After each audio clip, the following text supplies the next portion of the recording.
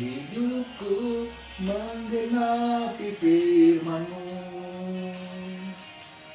Tanda mujizat sertai tiap langkahku, Kau bersamaku di dalamku, jadi bukti kebesaran-Mu. Shalom, selamat siang saudara-saudaraku yang dikasihi oleh Tuhan Yesus Kristus. Senang menjumpai saudara-saudara sekalian semuanya, walaupun hanya melewat kiriman video khotbah saya siang hari ini.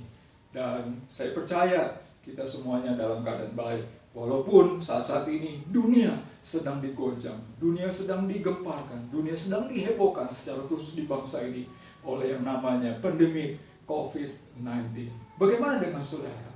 Saudara saat ini sedang stay at home dan jaga jarak, itulah perintah dari pemerintah kita. Namun di hari-hari ini juga kita sedang merayakan yang namanya Paskah, kebangkitan Tuhan Yesus, yang Tuhan Yesus sudah mengalahkan dosa dan maut untuk kita semuanya. Saudara kasih Tuhan, mari kita mendengarkan firman Tuhan pada siang hari ini lewat kitab Yohanes pasalnya yang ketiga, ayat yang ke-16. Kitab Yohanes pasal yang ketiga, ayat yang ke-16. Berkata demikian, karena begitu besar kasih Allah akan dunia ini, sehingga Ia telah mengaruniakan anak yang tunggal, supaya setiap orang yang percaya kepadanya tidak binasa, melainkan beroleh hidup yang kekal. Saudaraku yang dikasihi oleh Tuhan, semua garis bawahi sekali lagi. Di sana dikatakan karena begitu besar kasih Allah. Begitu besar kasih Allah. Bagaimana kasih Allah begitu besar? Tapi buktinya Allah mengizinkan ada virus corona hari-hari ini yang menelan banyak korban jiwa. Saudaraku yang dikasihi oleh Tuhan, kita akan merayakan Paskah dan kita akan mau mendengarkan firman Tuhan ini yang sungguh-sungguh luar biasa. Saya mau bagi dua hal begini, saudara kasih Tuhan. Bagaimana kita bisa mengukur dan memahami kasih Allah yang begitu besar lewat peristiwa Paskah? Saudara yang kasih Tuhan, ada banyak orang bertanya, kenapa Yesus harus mati di kayu salib? Mengapa Yesus mengampuni dosa manusia, tapi harus jalan lewat kematian di kayu salib? Saudaraku yang dikasihi oleh Tuhan, bicara tentang kematian, maka itu bicara hukuman yang paling maksimal. Kita sering mendengar atau kita membaca di surat kabar atau berita-berita lainnya, ada seorang penjahat kemudian tertangkap lalu disidang dan akhirnya hakim memutuskan bahwa si penjahat ini harus dihukum 5 tahun penjara atau 10 tahun penjara atau 15 tahun, bahkan yang lebih hebatnya lagi harus dihukum seumur hidup.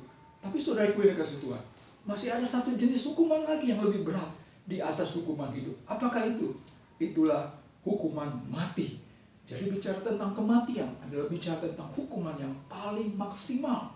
Berarti Yesus harus mengalami kematian di kayu salib. Artinya dia harus menjalani, melewati, harus menghadapi yang namanya hukuman paling maksimal.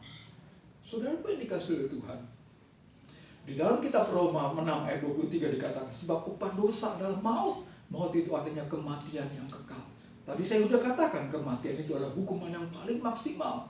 Dan saudaraku yang dikasihi Tuhan, ini harus dihadapi, ini harus dilakoni, ini harus dijalani oleh Tuhan Yesus untuk mengalahkan yang namanya penderitaan yang paling maksimal. Oleh karena itu saudara-saudaraku dikasihi Tuhan, kita melihat betapa luar biasanya kasih Allah. Saudaraku yang dikasihi Tuhan, kalau saja Tuhan Yesus sudah melewati hukuman atau penderitaan yang paling maksimal ini, berarti Tuhan bisa juga mengalahkan penderitaan-penderitaan yang lainnya. Karena kematian adalah hukuman yang paling maksimal. Peristiwa yang kedua, lewat peristiwa Paskah ini, pemahaman yang kedua begini, saudaraku yang dikasihi Tuhan. Peristiwa kematian Yesus di kayu salib sekaligus juga memberikan pemaknaan yang luar biasa. Kalau tadi pemaknaannya adalah menghadapi penderitaan yang paling maksimal, hukuman yang paling maksimal. Namun di sisi yang lain juga, bahwa peristiwa kematian di kayu salib Tuhan Yesus menandakan itu sebuah pemberian atau berkat yang maksimal. Bagi siapa? Bagi orang yang percaya, bagi saudara dengan saya, bagi semua umat manusia di muka bumi ini, saudara. Mengapa bisa begitu? Di dalam kitab Yohanes dikatakan, belum tentu ada orang yang mau rela mati untuk orang lain. Saudara yang kasih Tuhan, Mungkin saudara dengan saya, kita pernah mendengar sekali lagi atau sering membaca berita ada seseorang yang rela mati untuk orang tuanya, karena orang tuanya sedang mengalami sakit penyakit, harus mendonorkan ginjalnya. Atau juga ada seorang kekasih yang menolong, memberikan nyawanya untuk kekasihnya, atau untuk orang-orang yang baik lainnya. Tapi di dalam Alkitab dikatakan bahwa itu orang rela mati karena untuk orang yang baik. Tapi bagaimana dengan orang yang jahat atau musuh saudara? Bisakah kita mau rela mati untuk musuh kita yang sudah menyakiti kita, yang sudah merugikan kita, yang sudah mengkhianati kita, menghancurkan hidup kita? Apakah kita siap rela mati untuk dia? Belum tentu. Tapi Yesus rela mati untuk kita ketika kita masih berdosa. Roma pasal 5 ayat yang ke-8. Artinya, waktu kita masih berdosa, itu sebagai pertanda kita ini orang jahat. Tapi Yesus mau mati untuk kita, supaya kita diselamatkan, supaya kita diampuni. Itu artinya pemberian anugerah, pemberian berkat yang paling maksimal. Jadi, saudaraku yang dikasihi oleh Tuhan, kesimpulannya berbicara begini, bahwa Paskah itu adalah melambangkan dua hal. Yang pertama, Yesus sudah mengalami penderitaan yang paling maksimal, pergumulan, kesusahan, kesulitan, rintangan yang paling maksimal, yang paling sulit. Namun di satu sisi juga, Yesus harus menghadapi kematian dan kebangkitan, menandakan dia sudah memberikan berkat yang paling maksimal, yang paling tinggi, anugerah yang paling hebat bagi kehidupan saudara dengan saya. Kesimpulannya, saudara dikasihi Tuhan, kita tidak perlu takut menjalani kehidupan ini. Wabah corona boleh saja menghantui, meresahkan, membuat kita ketakutan, was-was. Tapi saudaraku ingatlah, wabah corona belum ada apa-apanya dibandingkan penderitaan Yesus yang harus mati. Saudaraku yang dikasihi Tuhan, perhatikan saudara. Jadi semua perjalanan hidup kita hari-hari ini, saudara, kita tidak perlu takut. Karena kenapa? Karena Yesus sudah melewati itu semua. Kalau kematian saja Yesus sudah lewati dan dia sudah kuasai, dia taklukkan. Apalagi hanya menaklukkan virus corona. Apalagi hanya menaklukkan kesulitan keuangan saudara. Apalagi hanya menaklukkan hal-hal yang pergumulan-pergumulan lainnya. Demikian juga sebaliknya. Di dalam kehidupan kita, kita jangan takut bahwa berkat Tuhan pasti mengalir. Berkat Tuhan, segala kebaikan Tuhan, anugerah Tuhan akan Tuhan sediakan bagi kita.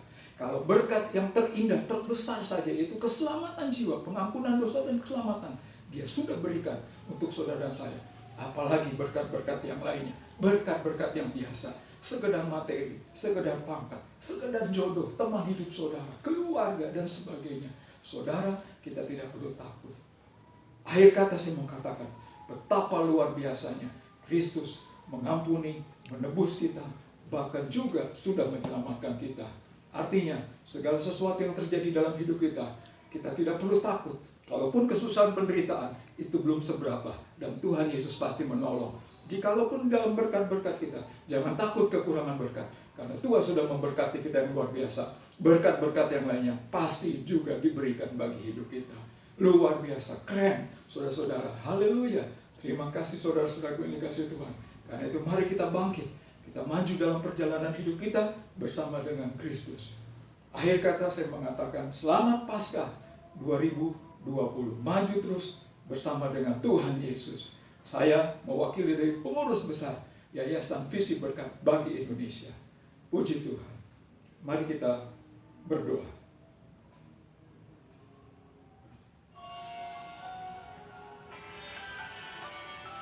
Bapa di surga, kami bersyukur untuk mendengarkan firman-Mu pada siang hari ini.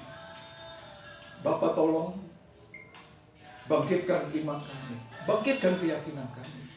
Ajari kami Tuhan, mampukan kami untuk kami terus menjalani hidup ini tanpa takut, tanpa harus gelisah dan apapun juga.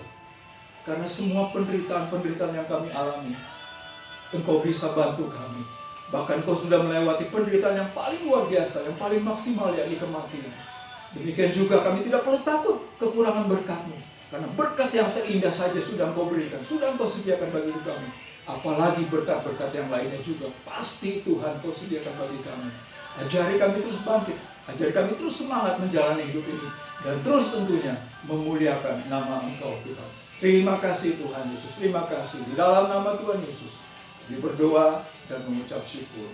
Amin.